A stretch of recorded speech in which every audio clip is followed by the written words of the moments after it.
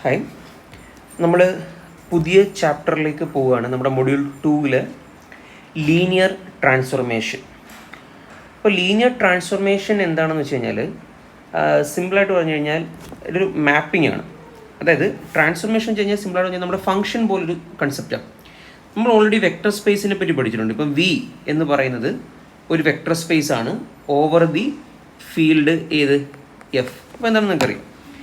ഈ linear transformation വരുമ്പോഴത്തേക്ക് നമുക്ക് രണ്ട് വെക്ടർ സ്പേസ് വേണം. ഒരു വി എന്ന് പറയുന്ന വെക്ടർ സ്പേസും വേണം, ഒരു പുതിയൊരു വെക്ടർ സ്പേസ് ഡബ്ല്യു വേണം.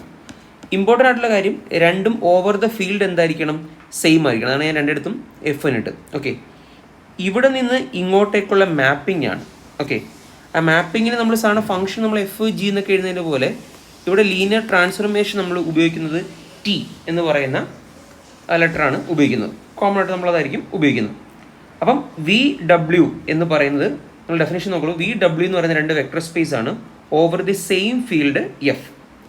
ഒരു ഫംഗ്ഷൻ ടി ഫ്രം എവിടെ നിന്ന് എങ്ങോട്ട്, വിയിൽ നിന്ന് ഡബ്ല്യൂയിലേക്കുള്ള ഈ ഫംഗ്ഷനെ ലീനിയർ ട്രാൻസ്ഫോർമേഷൻ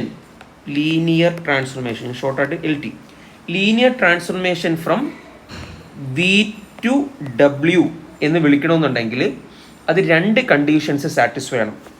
ഒന്നാമത്തെ കണ്ടീഷൻ അഡിറ്റീവ് പ്രോപ്പർട്ടി എന്ന് വെച്ച് കഴിഞ്ഞാൽ, നമ്മൾ ഡൊമൈൻ എന്ന് പറയുന്നത് വി ആണല്ലോ നമ്മുടെ ഡൊമൈൻ. നമ്മൾ ഡൊമൈനിൽ നിന്ന് നിങ്ങൾ ഏത് വെക്ടേഴ്സ് എക്സും വൈയും ചൂസ് ചെയ്താലും ഓക്കെ, ഇതിനിപ്പുറത്ത് എന്ത് കിട്ടും, ഇമേജസ് എവിടെ ആയിരിക്കും വരാൻ പോണേ, ഈ ഡബ്ല്യൂയിലായിരിക്കും വരാൻ പോണേ. ഡബ്ല്യൂയിൽ അതിൻ്റെ ഇമേജസ് എന്തായിരിക്കും, ഒരു TX TY ഈ ഫോമിലായിരിക്കും അതിൻ്റെ ഇമേജ് വരുന്നത്. അങ്ങനെയുള്ള ഫംഗ്ഷൻ എന്ന് പറയുന്ന പോലെ. അപ്പം ഇതിന് അഡിറ്റീവ് പ്രോപ്പർട്ടി ഉണ്ടായിരിക്കണം. അഡിറ്റീവ് പ്രോപ്പർട്ടി എന്താണെന്ന് വെച്ച് കഴിഞ്ഞാൽ, T of X plus Y എന്ന് പറയുന്നത് എന്തായിരിക്കണം, T of X plus T of Y ആയിരിക്കണം. ഓക്കെ, എന്ന് വെച്ചാൽ എന്താ, നമ്മൾ വിന്ന് രണ്ട് എലമെൻറ്റ് എക്സും വൈയും എടുക്കുന്നു, എന്നിട്ട് അതിനെ എന്ത് ചെയ്യുന്നു, ആഡ് ചെയ്യുന്നു. കാരണം വെക്ടർ സ്പേസ് ആൻഡ് അഡീഷൻ ഉണ്ട്. ആഡ് ചെയ്തതിന് ശേഷം അതിൻ്റെ ഇമേജ് കണ്ടുപിടിക്കുന്നു. T of X plus Y കണ്ടുപിടിക്കുന്നതും ഈ ഓരോ എലമെൻറ്റിൻ്റെ എന്ത് കണ്ടുപിടിക്കുന്നു, ഇമേജ് കണ്ടുപിടിച്ചതിന് ശേഷം ആഡ് ചെയ്യുന്നത് എന്തായിരിക്കണം, സെയിം ആയിരിക്കണം. ഓക്കെ, അതാണ് T of X plus Y equal to T of X plus T of Y. ഇവിടെ ഇമ്പോർട്ടൻ്റ് കാര്യം, ഇവിടുത്തെ ഈ അഡീഷൻ ഉണ്ടല്ലോ എക്സ് പ്ലസ് വൈ, ഈ എക്സ് പ്ലസ് വൈ നടക്കുന്നത് വിയിലായിരിക്കും. കാരണം എന്താ, എക്സും വൈയും വിയിലാണ്. എക്സും വൈയും എടുത്ത് ആഡ് ചെയ്തതിന് ശേഷമാണ് നമ്മൾ എന്ത് കണ്ടുപിടിക്കുന്നത്, ടി ഓഫ് കണ്ടുപിടിക്കുന്നത്. ഇനി ഇവിടുത്തെ അഡീഷൻ എന്ന് വെച്ച് കഴിഞ്ഞാൽ എവിടുത്തുള്ളതായിരിക്കും വരാൻ പോണേ, ഈ അഡീഷൻ കിടക്കുന്നത് നമ്മുടെ ഡബ്ല്യൂയിലായിരിക്കും. കാരണം എന്താ, നമ്മൾ ടി ഓഫ് എക്സും ടി ഓഫ് വൈയും കണ്ടുപിടിച്ചതിന് ശേഷമാണ് എന്ത് ചെയ്യുന്നത്, ആഡ് ചെയ്യുന്നത്. ആ അഡീഷൻ നടക്കുന്നത് എവിടെയായിരിക്കും, ആ ഡബ്ല്യൂയിൽ ആയിരിക്കും. അപ്പം ഇതാണ് നമ്മുടെ ഒന്നാമത്തെ പ്രോപ്പർട്ടി, അഡിറ്റീവ് പ്രോപ്പർട്ടി. ഇനി രണ്ടാമത്തെ പ്രോപ്പർട്ടിക്ക് പുസ്തകത്തിൽ കൊടുത്തിരിക്കുന്ന ഹോമോജീനിറ്റി എന്നാണ് കൊടുത്തിരിക്കുന്നത്. നമുക്ക് വേണമെങ്കിൽ അതിനെ സ്കെയിലാർ പ്രോപ്പർട്ടി എന്ന് വിളിക്കാം. സ്കെയിലാർ പ്രോപ്പർട്ടി വെച്ചാൽ ഇത്രേ ഉള്ളൂ, നമ്മൾ നമ്മുടെ വിക്കകത്ത് നിന്ന് ഏത് എക്സ് എടുത്താലും ഓക്കെ, വെക്ടർ സ്പേസിൽ നിങ്ങൾ എക്സ് എടുക്കുന്നു. വെക്ടർ സ്പേസ് ആയതുകൊണ്ട് തന്നെ അവിടെ എന്തുണ്ട്, ഫീൽഡുണ്ട്. അപ്പം ഫീൽഡിൽ എലമെൻ്റ് ഒരു ആൽഫ. ഓക്കെ, നമുക്ക് അങ്ങനെയാണെങ്കിൽ എന്ത് കണ്ടുപിടിക്കാൻ പറ്റും, ആൽഫ എക്സ് കണ്ടുപിടിക്കാൻ പറ്റും. ഇപ്പുറത്ത് ഇതിൻ്റെ ഇമേജ് എന്തായിരിക്കും, T of alpha X. Okay, അപ്പം കണ്ടിരിക്കട്ടെ. അപ്പോൾ രണ്ടാമത്തെ പ്രോപ്പർട്ടി എന്താണെന്ന് വെച്ച് കഴിഞ്ഞാൽ, T of alpha X equal to എന്ത് വരണം, alpha into T of X ആയിരിക്കണം. എന്ന് വെച്ചാൽ എന്താ സംഭവിച്ചേ, നിങ്ങൾ വെക്ടർ സ്പേസിൽ നിന്ന് എക്സ് എടുത്തിട്ട് അതിന് അവിടുത്തെ സ്കെയിലാർ കൊണ്ട് ഗുണിച്ചിട്ട് അതിൻ്റെ ഇമേജ് കണ്ടുപിടിക്കുന്നതും, ആ എക്സിൻ്റെ ഇമേജ് കണ്ടുപിടിച്ചതിന് ശേഷം ഈ ആൽഫ കൊണ്ട് ഗുണിക്കുന്നത് എന്തായിരിക്കണം, സെയിം ആയിരിക്കണം. കേട്ടോ, സെയിം ആൽഫയാണ്. അപ്പോൾ ഈ സെയിം ആൽഫ കിട്ടണമെന്നുണ്ടെങ്കിൽ നമ്മുടെ ഫീൽഡ് എന്തായിരിക്കണം, നമ്മുടെ ഫീൽഡ് സെയിം ആയിരിക്കണം. അതുകൊണ്ടാണ് നമ്മൾ ഡെഫിനിഷൻ പറയുമ്പോൾ തുടക്കത്തിൽ തന്നെ പറഞ്ഞില്ലായിരുന്നോ, over the same field F എന്ന് പറയാൻ കാരണം അതാണ്. ഓക്കെ, ഇങ്ങനെ ഈ രണ്ട് പ്രോപ്പർട്ടീസും സാറ്റിസ്ഫൈ ചെയ്യണം. ഏതൊക്കെ, അഡിറ്റീവ് പ്രോപ്പർട്ടിയും ഹോമോജിനിറ്റി പ്രോപ്പർട്ടിയും സാറ്റിസ്ഫൈ ചെയ്യുന്ന ഏത് ട്രാൻസ്ഫോർമേഷനുകളെയും ഓക്കെ നമ്മൾ വിളിക്കുന്ന പേരാണ് എന്ത്, ലീനിയർ ട്രാൻസ്ഫോർമേഷൻ എന്ന് പറയുന്നത്. ഓക്കെ, ഇനി മറ്റൊരു ടേമാണ്, നമുക്ക് രണ്ട് ടേം കൂടെ പഠിക്കാനുണ്ട്. ലീനിയർ ഫങ്ഷണലും നോക്കൂ, ലീനിയർ ഫങ്ഷണലും എന്താണെന്ന് പറയണം, അടുത്ത ലീനിയർ ഓപ്പറേറ്റർ എന്ന് പറയണം. അപ്പോൾ ലീനിയർ ഫങ്ഷണൽ എന്ന് വെച്ച് കഴിഞ്ഞാൽ ഇത്രേ ഉള്ളൂ, നമ്മൾ കണ്ടു വി എന്ന് പറയുന്ന vector space over the field F. നിങ്ങൾ ശ്രദ്ധിക്കുന്ന കാര്യം, ഈ എഫ് എന്ന് പറയുന്ന ഫീൽഡ് എന്ന് പറയുന്ന ആളും ഒരു വെക്ടർ സ്പേസ് തന്നെ ആയിരിക്കും. ഓക്കെ, ഫീൽഡാണ്, പക്ഷേ ഇപ്പോൾ നമ്മൾക്ക് കോമൺ ആയിട്ട് നിങ്ങൾ ഉപയോഗിക്കുന്ന ഫീൽഡുകൾ ഏതൊക്കെയാണ്? R അല്ലെങ്കിൽ C. ഇതെല്ലാം തന്നെ എന്താണ്? വെക്ടർ സ്പേസ് കൂടെയാണ്. ഫീൽഡാണ്, പക്ഷേ ഈ ഫീൽഡ് എന്തുകൂടെയാണ്? ഇതൊരു വെക്ടർ സ്പേസ് കൂടെയാണ്. അപ്പം നമ്മൾ നേരത്തെ W വെച്ചതിന് പകരം വേണമെങ്കിൽ ആരെ വേണമെങ്കിൽ ഉപയോഗിക്കാം? ഈ Fനെ വേണമെങ്കിൽ ഉപയോഗിക്കാമല്ലോ. ഞാൻ പറഞ്ഞ മനസ്സിലായോ? നേരത്തെ V W എന്ന് എഴുതുന്നതിന് പകരം ഞാൻ V2 എന്തെഴുതി? F എന്നെഴുതി. ഓക്കെ, അങ്ങനെയാണെന്നുണ്ടെങ്കിൽ Vന്ന് Fലേക്കുള്ള ലീനിയർ ട്രാൻസ്ഫോർമേഷനെ വിളിക്കുന്ന പേരാണ് എന്ത്? Linear functional. Okay, linear functional. നോക്കൂ, രണ്ടാമത്തെ B. A linear transformation from V to F is called linear functional. ഇനി അടുത്തത് ലീനിയർ ഓപ്പറേറ്റർ. അപ്പോൾ ലീനിയർ ഫങ്ഷണൽ എന്ന് മനസ്സിലായല്ലോ. വെക്ടർ സ്പേസിൽ നിന്നും ആ ഫീൽഡിലേക്ക് തന്നെയുള്ള ലീനിയർ ട്രാൻസ്ഫോർമേഷൻ വിളിക്കുന്ന പേരാണ് എന്ത്? Linear functional. ബിക്കോസ് ഫീൽഡിന് നമുക്ക് എന്തായിട്ട് ചൂസ് ചെയ്യാം? ഒരു വെക്ടർ സ്പേസ് ആയിട്ട് തന്നെ ചൂസ് ചെയ്യാം. ഇനി വിയിൽ നിന്നും ഈ W ആയിട്ടെ വീണ്ടും V തന്നെ വേണമെങ്കിൽ ഉപയോഗിക്കാം. വ്യത്യസ്ത വെക്ടർ സ്പേസ് ആണെന്ന് പറയുന്നില്ലല്ലോ. ഫീൽഡ് എന്താണെന്ന് മാത്രമേ പറയുന്നുള്ളൂ. ഡെഫിനിഷൻ അത് സെയിം ആണെന്ന് മാത്രമേ പറയുന്നുള്ളൂ. നമ്മൾ V എന്ന് തന്നെയാണ് രണ്ടിടത്ത് ഉപയോഗിക്കുന്നതെങ്കിൽ ഉറപ്പായിട്ട് അവിടുത്തെ ഫീൽഡ് എന്തായിരിക്കും? സെയിം ആയിരിക്കും. അപ്പം ഈ വിയിൽ നിന്ന് വിയിലേക്കുള്ള ലീനിയർ ട്രാൻസ്ഫോർമേഷൻ നമ്മൾ വിളിക്കുന്ന പേരാണ് ലീനിയർ ഓപ്പറേറ്റർ. പിടിയോ? അപ്പോൾ 3 കാര്യങ്ങളാണ് നമ്മൾ പഠിച്ചിരിക്കുന്നത്: linear transformation, linear functional, linear operator. 3 വ്യത്യാസം അറിയാലോ. ഓക്കെ, ഇനി അടുത്തത്. ഇനി നെക്സ്റ്റ് പാരഗ്രാഫ് പറഞ്ഞിരിക്കുന്നത് ഞാൻ ഈ പറഞ്ഞ കാര്യമാണ്. അതായത് ഈ Tx+y, ഈ ഡെഫിനിഷനെ പറ്റിയിട്ടാണ് അവർ പറയുന്നത്. Tx+yയിലെ ഈ ആദ്യത്തെ x+y എന്ന് പറയുന്നത് വിയിലെയും രണ്ടാമത്തെ അഡീഷൻ എന്ന് പറയുന്നത് ഡബ്ല്യൂയിലെ ആയിരിക്കും. അതുപോലെ തന്നെ ഈ α(x)ലെ ഈ മൾട്ടിപ്ലിക്കേഷൻ നടന്നിരിക്കുന്നത് വിയിലും ഈ α×Tx നടന്നിരിക്കുന്നത് എവിടെയാണ്? ഡബ്ല്യൂയിലും ആണ് നടന്നിരിക്കുന്നത്. അതൊക്കെയാണ് അടുത്ത പാരഗ്രാഫ് പറഞ്ഞിരിക്കുന്നത്. ഓക്കെ, ഇനി അടുത്തെന്താണെന്ന് വെച്ച് കഴിഞ്ഞാൽ നമ്മളിപ്പോൾ 2 പ്രോപ്പർട്ടി പഠിച്ചില്ലേ? ഏത്? അഡീഷൻ. T(x+y) = T(x+T)(y). ഇത് പ്യൂർലി അഡീഷനെ കണക്ട് ചെയ്യുന്നൊരു ഡെഫിനിഷനാണ്. രണ്ടാമത്തെ ഡെഫിനിഷൻ ഏതായിരുന്നു? രണ്ടാമത്തെ കണ്ടീഷൻ T(α(x) = α×Tx. ഇത് സ്പെസിഫിക്കലായിട്ട് ടോട്ടലി എന്തിനെ ഡിപ്പെൻഡ് ചെയ്യുന്നതാണ്? സ്കെയിലാർ മൾട്ടിപ്ലിക്കേഷനെ ഡിപ്പെൻഡ് ചെയ്യുന്നൊരു ഡെഫിനിഷനാണ്. വേണമെങ്കിൽ ഇത് രണ്ടിനും കൂടെ കമ്പൈൻ ചെയ്യാം. നമുക്ക് വേണമെങ്കിൽ ഈ 2 കാര്യത്തെയും കൂടെ വേണമെങ്കിൽ ഒറ്റ ഇക്വേഷൻ ആക്കി എങ്ങനെ എഴുതാന്ന് വെച്ച് കഴിഞ്ഞാൽ T(α(x+y) = നമുക്ക് എന്ത് എഴുതാൻ വേണമെങ്കിൽ? α×Tx + Ty. ഇവിടെ നമുക്കിപ്പോൾ 2 കാര്യങ്ങൾ നടന്നു. ഇവിടെ സ്കെയിലാർ മൾട്ടിപ്ലിക്കേഷൻ്റെ കാര്യവും നടന്നു. ഇവിടെ മൊത്തത്തിൽ എന്ത് നടന്നിട്ടുണ്ട്? അഡിറ്റീവ് എന്ന് പറയുന്ന പ്രോപ്പർട്ടിയും നടന്നിട്ടുണ്ട്. സോ നമ്മൾ ചിലപ്പം ഇങ്ങനെ കമ്പൈൻ ചെയ്തെഴുതും. ഇനി ചില പുസ്തകങ്ങളിൽ അവർ 2 സ്കെയിലാർ ഉപയോഗിക്കും, T(α(x + βy). അപ്പോൾ നിങ്ങൾ ഇതിനെ എങ്ങനെ എഴുതും? അഡിറ്റീവ് പ്രോപ്പർട്ടി മാത്രമാണ് നിങ്ങൾ ഉപയോഗിക്കുന്നതെങ്കിൽ T(α(x + T(βy) എന്ന് എഴുതും. ഇനി ഇവിടെ നിങ്ങൾ സ്കെയിലാർ പ്രോപ്പർട്ടിയും കൂടെ ഉപയോഗിക്കുകയാണെങ്കിൽ നിങ്ങൾ എന്ത് എഴുതും? α×Tx + β×Ty. കണ്ടോ? അപ്പം ചിലപ്പോൾ നമ്മൾ രണ്ടായിട്ട് ഇതിനെ 1, 2 എന്നുള്ളത് രണ്ടായിട്ട് ഉപയോഗിക്കുന്നതിന് പകരം ചിലപ്പോൾ ഒറ്റയ്ക്ക് ഇത് ഉപയോഗിക്കും, അല്ലെ ചിലർ ഒറ്റയ്ക്ക് ഇത് ഉപയോഗിക്കും. ഇതിലേത് വേണമെങ്കിലും നിങ്ങൾക്ക് ഉപയോഗിക്കാം. ഓക്കെ, അപ്പോൾ ഇതാണ് ലീനിയർ ട്രാൻസ്ഫോർമേഷൻ എന്ന് പറയുന്നതിൻ്റെ മീനിങ്.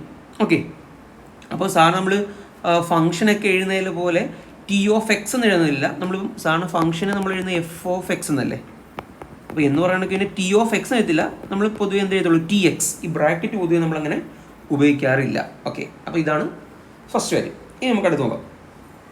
ഇനി ലീനിയർ ട്രാൻസ്ഫോർമേഷൻ എപ്പോഴും ഇങ്ങനെ T എന്ന് പറയുന്ന ലെറ്റർ തന്നെ ഉപയോഗിക്കണം നിർബന്ധമൊന്നുമില്ല. Tക്ക് പകരം വേണമെങ്കിൽ ഒരു S ഉപയോഗിക്കാം, വേണമെങ്കിൽ ക്യാപിറ്റൽ A ഉപയോഗിക്കാം, അല്ലെങ്കിൽ ക്യാപിറ്റൽ B ഉപയോഗിക്കാം. അപ്പോൾ ഇതൊക്കെയാണ് സാധാരണ നമ്മൾ ലീനിയർ ട്രാൻസ്ഫോർമേഷൻ ഉപയോഗിക്കുന്ന നൊട്ടേഷൻ. പിന്നെ നമ്മൾ അടുത്ത് ഞാൻ പഠിപ്പിക്കില്ല ലീനിയർ ഫങ്ഷണൽ. ലീനിയർ ഫങ്ഷൻ വെച്ചാൽ എന്തായിരുന്നു? വെക്ടർ സ്പേസിൽ നിന്ന് ഫീൽഡിലേക്കുള്ള ട്രാൻസ്ഫോർമേഷനുകളെ വിളിക്കുന്ന പേരാണ് എന്ത്? Linear functional. ഇതിന് നമ്മൾ പൊതുവെ ക്യാപിറ്റൽ T ഉപയോഗിക്കാറില്ല, പകരം സ്മോൾ ലെറ്റേഴ്സ് ഉപയോഗിക്കുന്നത്, F അല്ലെങ്കിൽ G. മനസ്സിലായി? ലീനിയർ ഫങ്ഷനിലാണെന്ന് തിരിച്ചറിയാൻ വേണ്ടി നമ്മൾ ഉപയോഗിക്കുന്ന ഈ സ്മോൾ ലെറ്റേഴ്സാണ്. ഓക്കെ, F, G പോലത്തെ ആൾക്കാരാണ്. അതാണ് നമ്മുടെ പറയുന്നത്.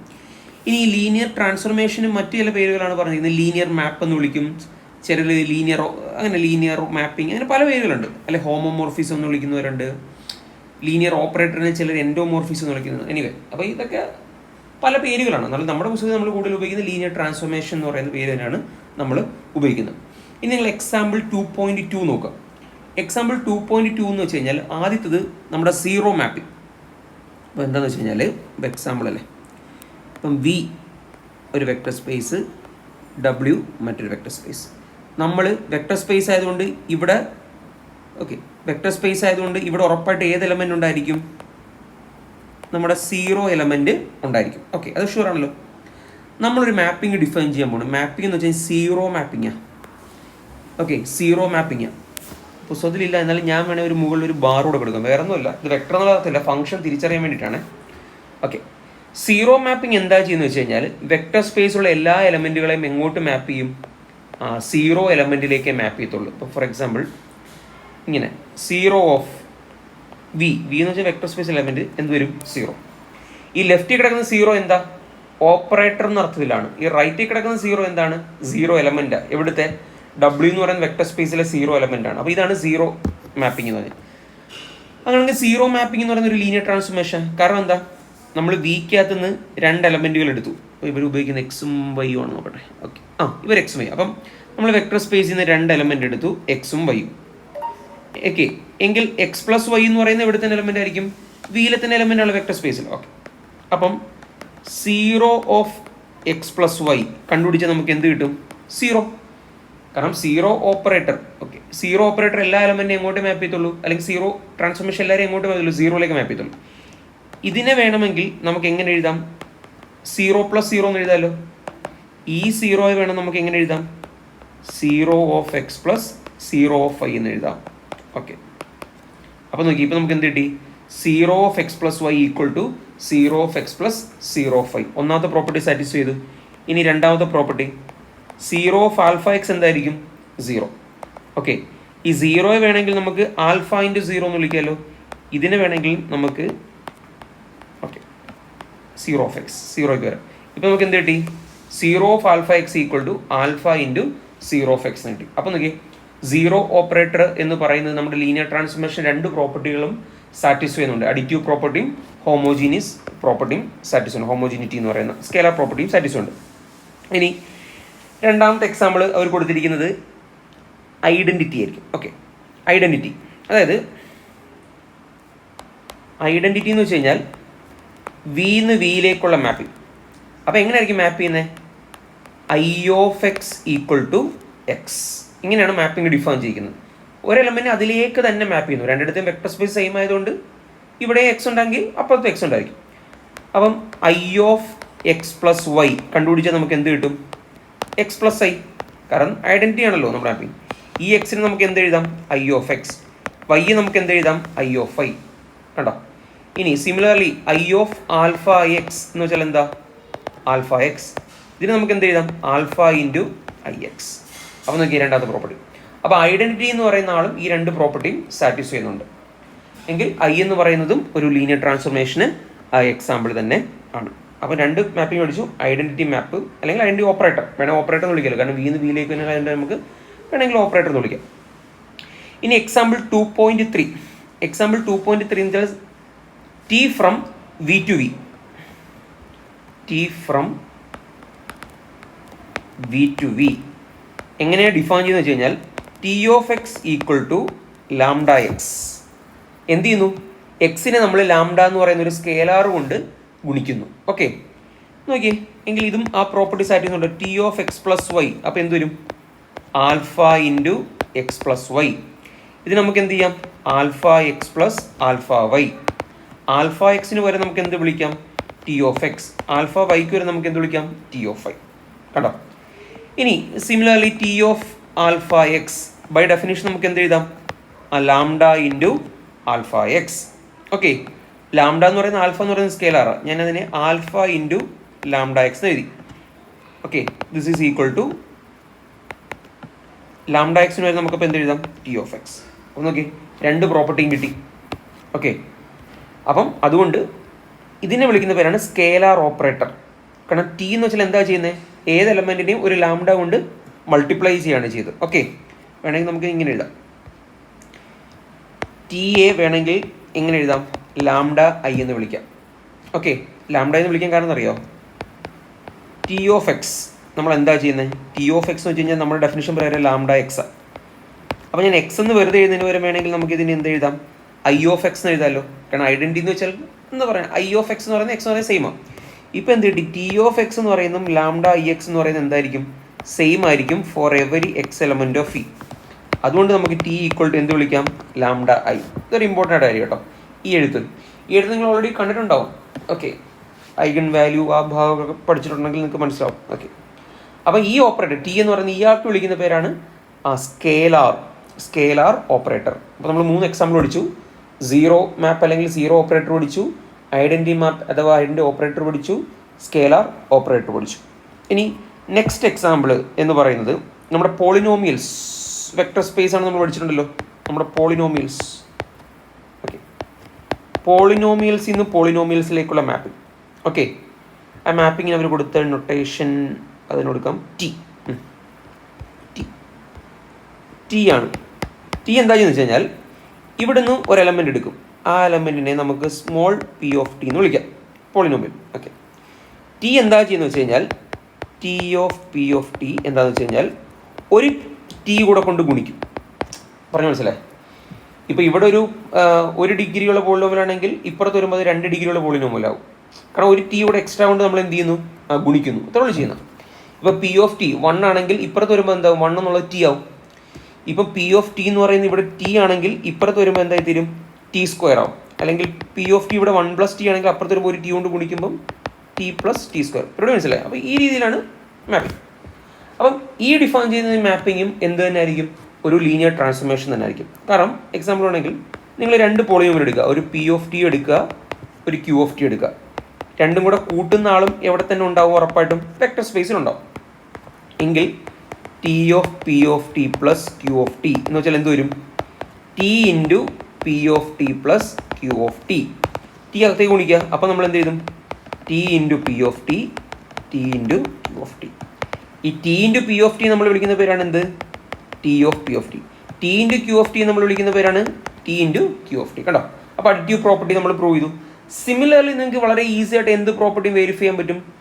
ആ സ്കേലാർ പ്രോപ്പർട്ടി ആണ്. പുസ്തകത്തിൽ രണ്ടും കൂടെ ഒരുമിച്ചാണ് പ്രൂവ് ചെയ്തിരിക്കുന്നത്. ഞാനിപ്പോൾ 2ആയിട്ട് കാണിച്ചെങ്കിലും പുസ്തകത്തിൽ നിങ്ങൾ നോക്കുമ്പോൾ രണ്ടും ഒരുമിച്ച് P of T plus alpha into Q of T എന്ന് പറഞ്ഞാൽ അവരെടുത്തിരിക്കുന്നത്. ഓക്കെ, ഞാനൊരു ഇക്വലൻ്റ് ആയിട്ട് പറഞ്ഞില്ലേ, 2ആയിട്ട് എഴുതുന്നതിന് പകരം ഒറ്റ ഇതിൽ ചെയ്യാമെന്ന് ഞാൻ ഇതാ ഇവിടെ പറഞ്ഞില്ലേ, ഇവിടെ ഈ രീതിക്കാണ് അവർ ചെയ്തിരിക്കുന്നത്. ഓക്കെ, അപ്പോൾ ഇങ്ങനെയാണ് നമ്മൾ ലീനിയർ ട്രാൻസ്ഫോർമേഷൻ ആണോ അല്ലയോ എന്ന് നമ്മൾ ചെക്ക് ചെയ്യുന്നത്. ഓക്കെ, അപ്പോൾ ഇത്ര നിങ്ങൾക്ക് മനസ്സിലായെന്ന് വിശ്വസിക്കുന്നു. ഓക്കെ, എന്തെങ്കിലും ഡൗട്ട്സ് ഉണ്ടെങ്കിൽ നിങ്ങൾ മെസ്സേജ് അയയ്ക്കുക.